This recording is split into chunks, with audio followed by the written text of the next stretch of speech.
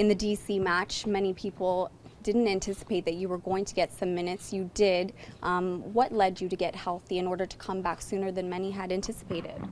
Yeah, just extra sessions, a lot of work with the medical staff and trying to get healthy. And I was very fortunate because it all went really well. I came back up much ahead of schedule, so you're kind of rolling the dice a bit. But thankfully enough, nothing happened, and I'm much stronger now than I was then, and I'm looking forward to this weekend.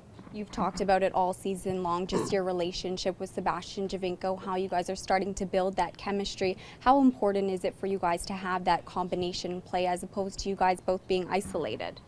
Yeah, it's important because you have to work as a team up there. And now with Michael coming further up the field, you kind of have like a mini team within a team of three guys, playing high up the field that can create something for ourselves all the time. So, that relationship is growing all the time. It stuttered a bit, obviously, with Michael being gone, me being out. But, when you play with talented players, you just kind of pick up where you left off.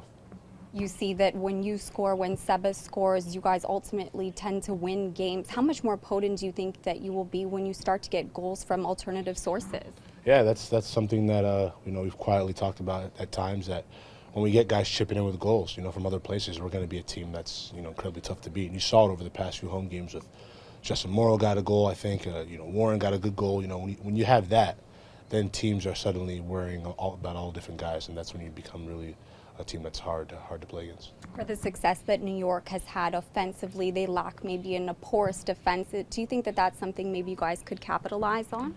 Yeah, I mean, we've looked over them. We know, what their strengths are, and look, it's not going to be an easy game by any means. They have some good guys going forward, but definitely we think that there are areas that we can benefit from, and we look to expose those things. Of course, the big name is going to be David Villa. Everyone will have their eyes on him, but who else do you see on that team that maybe would be someone you have to watch out for?